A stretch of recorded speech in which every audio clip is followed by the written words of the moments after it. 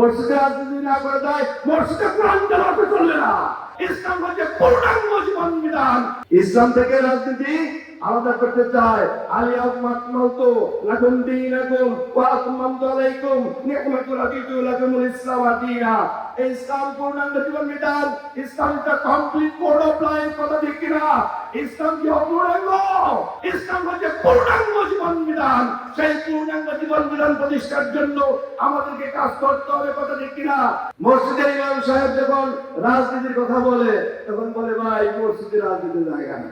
মসজিদে যদি কোরআন তেলাওয়াত করা যায়, মসজিদে যদি আল্লাহু আকবার তাকবীর বলা যায়, মসজিদে যদি সুবহানাল্লাহ আলহামদুলিল্লাহ বলা যায়, মসজিদে যদি কোরআনের বিধান প্রতিষ্ঠা, কোরআনের তিলাওয়াত করা যায়, চোর যে চুরি করে, চুরির যে অপরাধ হয় সেটা চুরি অপরাধ যে করবে, অপরাধের শাস্তি কোরআনের ভিতরে আছে না ভাই? জেনাকারী শাস্তি কোরআনের ভিতরে আছে না ভাই? দুর্নীতিবাজদের বিধান কি হবে সেটা কোরআনে আছে না ভাই? সেই কথা যদি বলা হয় মসজিদে, তাহলে কি রাজনীতি হবে?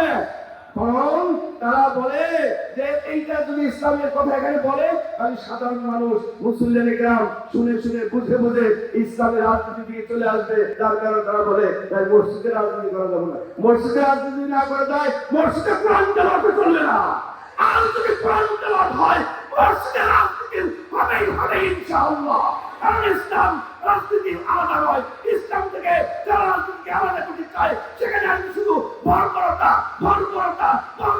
কথা ঠিক। আজকে সারা বাংলাদেশে সন্ত্রাস, চাঁদাবাজ, রাহাজানি, লুটতরাজদের আড্ডাখানায় পরিণত হয়েছে, কথা ঠিক কিনা? মাত্র 30% টাকায় জমির মালিক হয়ে নতুন বাংলাদেশের গড়ে তোলার স্বপ্ন দেখা বাংলা বসতি। ইসলাম এবং রাজনীতিকে আলাদা ভাববেন না।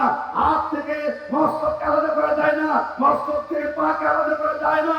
যদি রাজনীতি আলাদা করতে চান, তাদেরকে কোরআন পড়তে হবে, আল্লাহকে পড়তে হবে, আল্লাহ রাসূলের জীবনকে পড়তে হবে। তাহলে আপনি ইসলামকে সঠিকভাবে বুঝতে পারবেন এবং মেনে নিতে পারবেন। প্রিয় ভাই আমার, আমি আর দীর্ঘায়িত করতে চাই না। বাংলাদেশ জামায়াত ইসলামী এদেশে ন্যায় এবং ইনসাফ ভিত্তিক রাষ্ট্র প্রতিষ্ঠা করতে চায়, ন্যায় এবং ইনসাফ ভিত্তিক সমাজ প্রতিষ্ঠা করতে চায়। আপনারা কি ঐক্যবদ্ধ আছেন? আপনারা কি ঐক্য আছেন? আমরা দেশে কোরআনের আইন চালু করতে চাই। আপনারা কি ঐক্যবদ্ধ আছেন? আমরা কোরআন সুন্নাহ ভিত্তিক শরিয়া ভিত্তিক রাষ্ট্র ব্যবস্থা প্রতিষ্ঠা করতে চাই। আপনারা কি আছেন ঐক্যবদ্ধ? আপনাদেরকে ঐক্যবদ্ধ থাকতে হবে। আমি বলি, ইসলামের রাষ্ট্র ব্যবস্থা প্রতিষ্ঠিত হলে হিন্দু, বৌদ্ধ, ইহুদি, খ্রিস্টান, মুসলিম, অমুসলিম দল মত নিয়ে কোন্দল করেন দেখার বিষয়, সকলেই শান্তিতে থাকতে পারবেন ইনশাআল্লাহ। যার প্রমাণ শহীদুল ইসলাম সাহেব বলে গিয়েছেন, মুফতি মাওলানা শহীদুল ইসলাম। এক ইহুদি যে বিচার চেয়েছিল, ইহুদির বিচার চেয়েছিল, মুসলমান এবং ইহুদির বিচার করলো, বিচারটা গেল ইহুদির পক্ষে, মুসলমানের পক্ষে যায় নাই।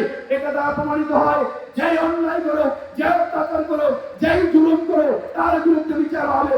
যে সৎ এবং যোগ্য, যে ন্যায়পতি থাকবে, তার বিপক্ষে বিচার যাবে না, কথা ঠিক কিনা? সে মুসলমান হোক, হিন্দু হোক, বৌদ্ধ হোক, খ্রিস্টান হোক, যেই ক্ষেত্রে হোক, যদি ন্যায়পতি থাকে তার পক্ষে তার বিচারে রায় হবে, কথা ঠিক কিনা?